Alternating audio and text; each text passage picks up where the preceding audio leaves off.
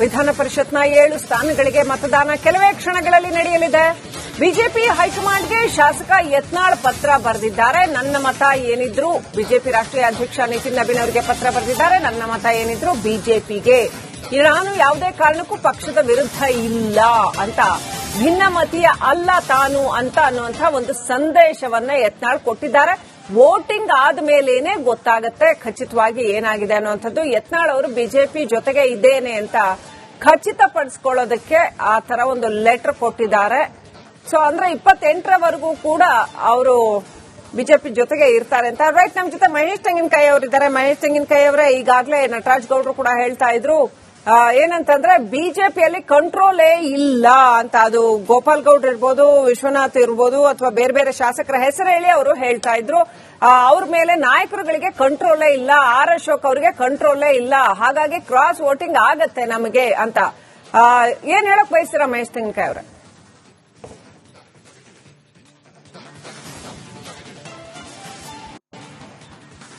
Right, ಸಂಪರ್ಕ ಸಾಧ್ಯ ಆಗ್ತಾ ಇಲ್ಲ. ನಮ್ಮ ಜೊತೆ ನಾಗೇಂದ್ರ ಬಾಬು ಇದ್ದಾರೆ. ನಾಗೇಂದ್ರ ಬಾಬು ಅವರ ಜಿಟಿಡಿ ಅಂತೂ ಸ್ಪಷ್ಟವಾಗಿ ನಮ್ಮ ಜೊತೆನೆ ಇರ್ತಾರೆ ಅಂತ.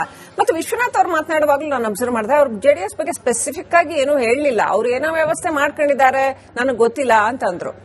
ಏನೋ ಸ್ವಲ್ಪ ಡಿಸ್ಟೆನ್ಸ್ ಮೇಂಟೈನ್ ಮಾಡ್ತಾ ಇದಾರ ಅಂತ ಅವರು. ಇಲ್ಲ, ಡಿಸ್ಟೆನ್ಸ್ ಪ್ರಶ್ನೆನೇ ಇಲ್ಲ. ಅವ್ರು ಹೇಳ್ತಾ ಇರ್ತಕ್ಕಂಥ ಸ್ಪಷ್ಟವಾಗಿ ಅವ್ರ ಪಕ್ಷದ ಪರವಾಗಿ ಅವ್ರು ಹೇಳಿದ್ದಾರೆ. ಯಾಕೆಂತಂದ್ರೆ ಅವ್ರ ಪಕ್ಷದ ಪರವಾಗಿ ಹೇಳ್ಬೇಕು, ಬೇರೆ ಪಕ್ಷದ ಪರವಾಗಿ ನಾನು ಬಿಜೆಪಿ ಪರವಾಗಿ ಕಾಂಗ್ರೆಸ್ ಪರವಾಗಿ ನಾನು ಹೇಗೆ ಹೇಳಕ್ಕಾಗುತ್ತೆ? ಅವ್ರ ಆಂತರಿಕ ವಿಚಾರಗಳನ್ನು ನಾವು ಹೇಳಕ್ಕಾಗೋದಿಲ್ಲ.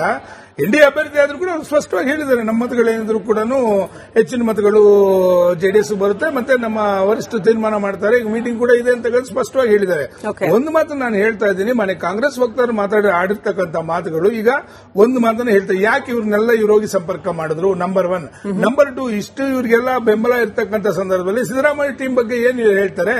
ಯಾಕೆ ಸಿದ್ದರಾಮಯ್ಯ ಟೀಮಲ್ಲಿ ಯಾರು ಬೆಳೆ ಹಾರಬಹುದು? ಸಾಕಷ್ಟು ಜನ ಇದ್ದಾರೆ. ಗೌಪ್ಯವಾಗಿರುತ್ತೆ ಕೆಲವು ವಿಚಾರಗಳು, ಅಷ್ಟು ಬಹಿರಂಗ ಮಾತಾಡ್ತಕ್ಕಂಥದ್ದು ಕೂಡ ನಾನು ಆಗ್ಲೇ ಒಂದು ಪದೇ ಹೇಳ್ತಾ ಇದ್ದೀನಿ.